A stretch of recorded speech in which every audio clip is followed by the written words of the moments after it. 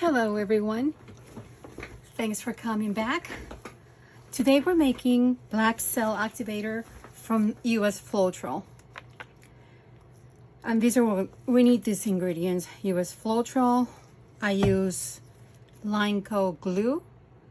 PVA glue from Elmer's is okay to use. It's very well. Works very well also. Oxide black ink. Oxide black from Amsterdam. Acrylic. Distilled water. The 1 teaspoon measuring thingy spoon, and the 1/2 teaspoon stir stick, a pipette, and the Minwax pre-stained wood conditioner. So let's do this. Don't forget to strain your Floetrol and shake it very well. We're gonna need 4 teaspoons.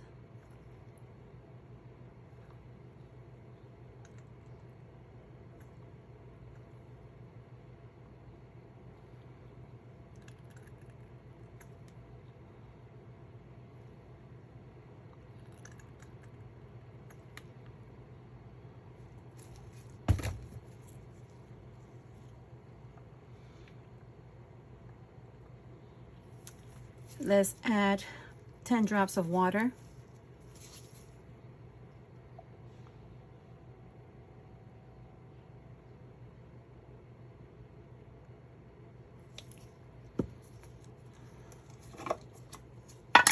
$15 drops of the wood conditioner.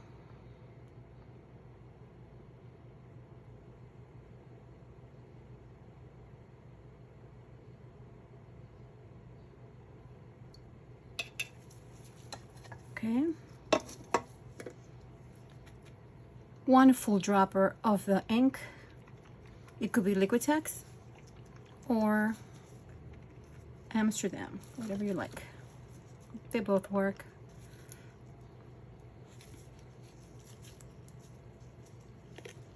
And after, I will show you the reaction. That's it, 1 full dropper.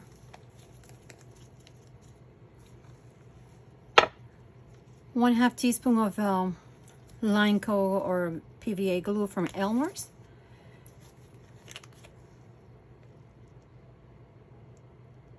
So a squirt is fine. If you count to 10 or 12 and squirt it, you don't have to measure. It's just for the benefit of this video, but I really just squeeze it in there and count to 10.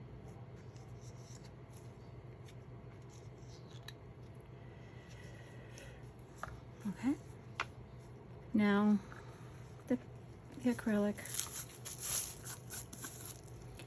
I put plastic on top of my acrylic. I don't want it getting dry.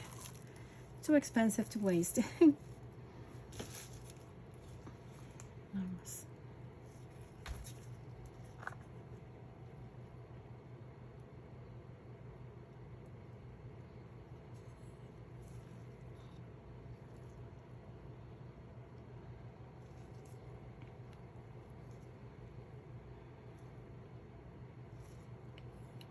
That's about right there. Yep, that's good. Oops. Okay, let's drop it in there. The Floetrol that was originally here from measuring the Floetrol, whatever stayed in there, helps the ink, the acrylic to drop easier into the mixture.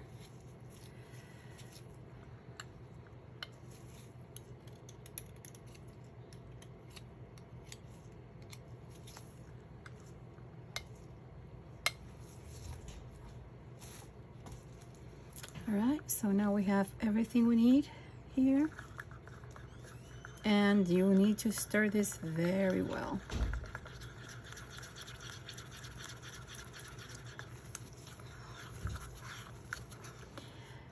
And if you can see, you can already see some reaction right there in the side of the cup.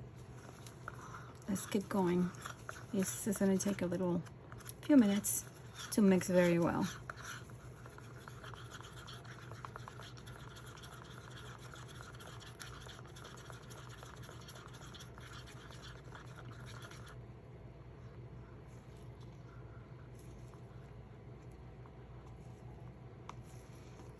I love using the silicone cups because you can feel the pressure as you're stirring and bring all that paint from the sides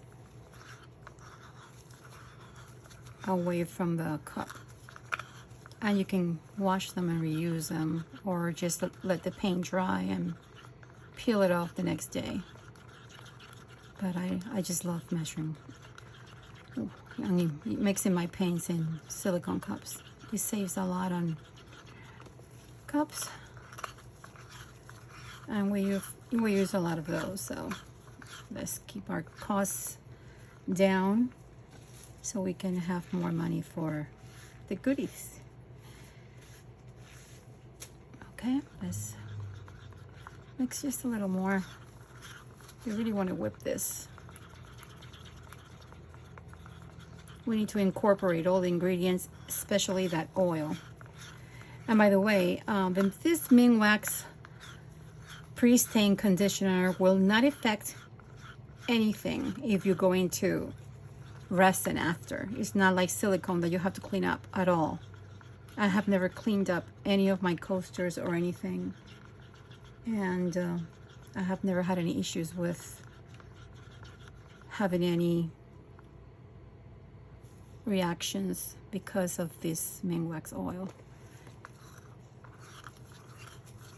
All right, let's test this Cell Activator. If you feel your Cell Activator is a little thick because of the weather, because of moisture, there's so many reasons why. Some days your paints are thicker than others.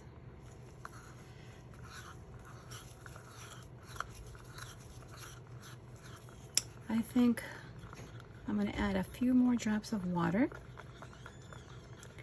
Or if you want to, you can use Zinsser. This is great. You can find it at Amazon. I think 32 ounces is like $7, $8. It's very reactive. And also M1 you can get this at Home Depot or Sherwin-Williams. And let me reach out here and show you the bottle.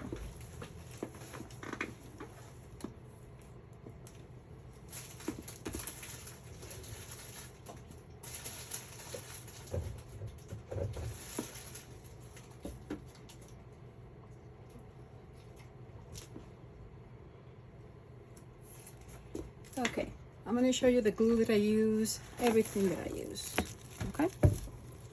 That way.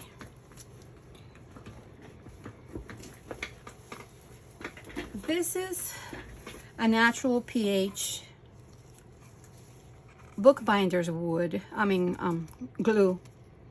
It's a PVA glue, but it's very expensive. This bottle is maybe $20, but it's going to last you. I have it for a year, and I've only used about this much of this squeeze bottle. So this is going to last you a long, long, long time. So it's archival, not that my paintings are going to be archival or anything like that, but this is good. So I just wanted to try it because I saw the Painter Dreamer, Jody, from her channel is amazing. The Painter Dreamer, she uses this, so I'm going to use that too. Also, M1 is a latex paint additive, and it's like water. It also gives you cells. Zinsser is a paint booster. And in the pearl technique that, for example, Sarah Taylor, or what's her name? I forgot her name. Well, anyways, they use this, just a few drops in their mix. It becomes very, very reactive for cells. So I use this. Sometimes it's instead of water, if you have it. You don't need it, but if you have it, you can use it. Also, M1 Advanced Mildew Treatment. This little bottle is $5. It's maybe about this much filled. You can add one of these bottles, that's maybe $5. You need to add the whole entire, this little container has to be added to a whole gallon of Floetrol. So if you notice in the Australian Floetrol, it says, wow, I can't get it. I'm stuck. Here it is. It says that it's a acrylic paint and stain conditioner. The US Floetrol does not say anything about stain conditioner. So I saw this one day and said, you know what? Let's try it. I use it and it works. I really cannot tell much of the difference between just the regular Floetrol and adding the M1. The only thing that I do see is that my Floetrol is thinner and it doesn't create those yucky, stringy, gelatinous, yucky stuff that Floetrol usually creates. So let's add about 5 drops of this sensor and see what happens.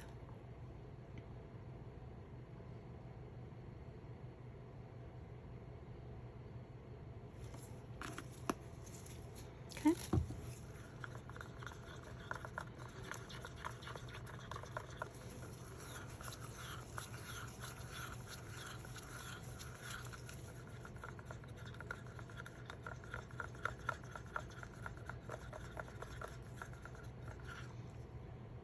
And the consistency should be a long string and then it bounces back like rubbery, kind of the same thing that the Australian Floetrol does that too. So it's best to really incorporate everything really well and have it mix, and mixed. Now the bottles that I use, I add a little marble inside here, so each time I need to use this, I have to shake it very well because you want to incorporate all the ingredients again, especially the oil, because the oil will rise to the top. So I think this is good enough. Let's try this. I have a little piece of wood here, just regular wood that they use in the homes, for their floors. And I use this little silicone baking mats. They're really sturdy, really strong. I got them from Amazon. And a set, maybe we have looking like 4 sizes, a bigger square ones and 1 round. I think it's 3 squares and 1 round. So let's try this right now, see what we get.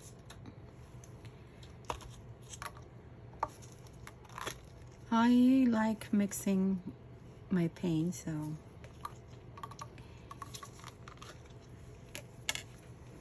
I see something I like and I try to duplicate it.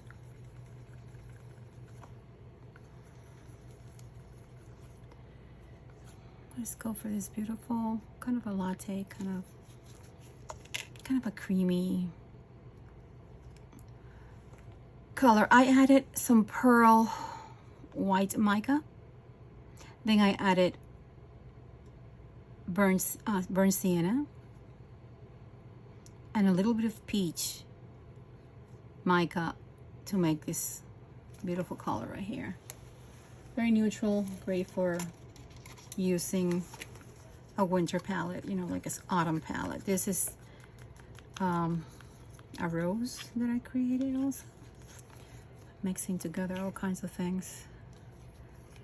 I will go into color mixing and how to mix micas to get beautiful colors.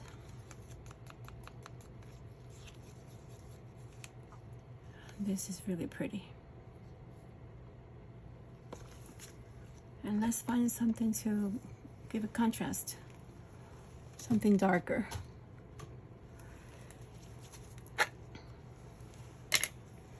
Let's try this. I wasn't ready for a demo, to be honest, so I didn't have anything ready. This color is yummy. What a pretty color. This is, oh,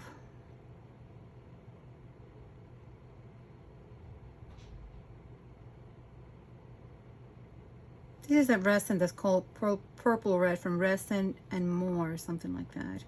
Plus Soho Crimson Red. You get this beautiful, beautiful color, because red micas really don't come out that deep. I do find that this little piggy has a red mica that I have. That is amazing, really, really bright red. That one is amazing. I'll show you which one it is. It's the Grenache. Grenache from TLP, this little piggy. It's really deep. Okay, so let's use these 3 colors and see what we get.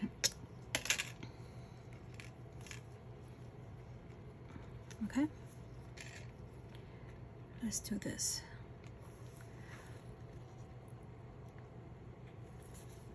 You know what? Let's use a blue. This is a matte called Navy Dress. Let's use it, see what happens. Which is playing here. It's not very thick. I find it that if you want bigger cells, your cells to expand more and be real big, you can use a thinner pillow. If you want your pillow, your cells to stay smaller, a thicker pillow makes it stay. You can get little cells, bigger cells of all sizes. If you use thinner cell like this, a thinner pillow, you will get bigger cells. Let's do this.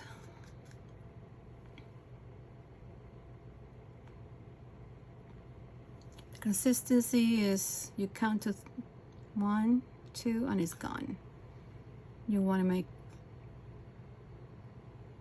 to make sure that your paint is runny like this, but this is not telling you what consistency it really is. You have to get close and see when this lines 1, 2, they're gone.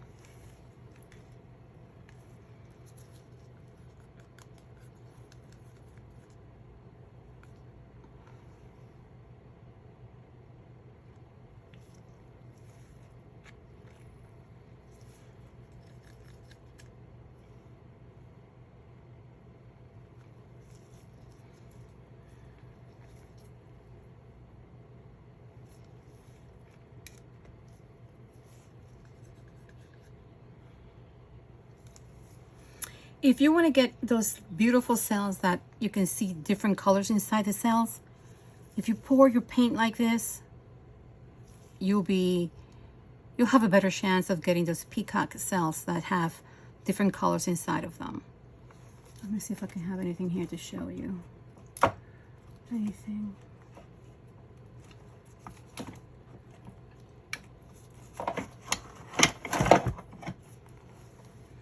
Oh, this one is, you see, like this little cell has a whole bunch of little colors inside. That's because I poured it like this, not in circles. Let's test this cell activator, will you? Let's do this.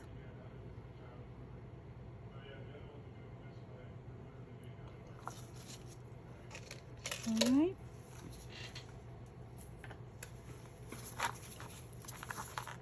I'm using my pretty rose gold blow dryer that I couldn't use it because I couldn't aim it well, because the circle that throws the air out is so wide that it was just not working for me. Some people might master this blow dryer particularly, but I couldn't, so I had to put one of these little water bottle thingy, and it's working. You'll see now.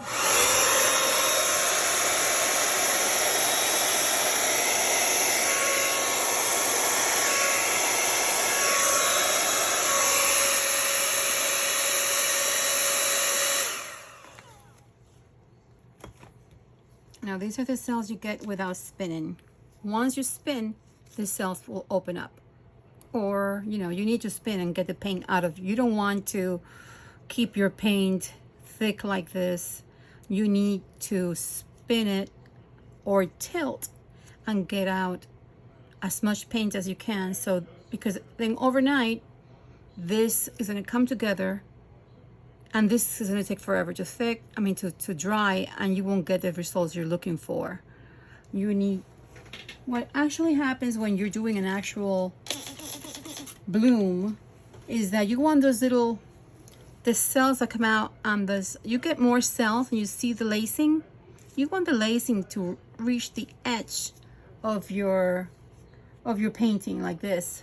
You want it to reach to the end so you can hold on to the end and stay there. If your cells and especially your lacing stays in the middle and it doesn't reach up to the end and pours out, then overnight it's going to shrink inside. As you can tell, this circle in the middle, since we're here, has changed. It's coming together. So let's give it a spin and I'll show you.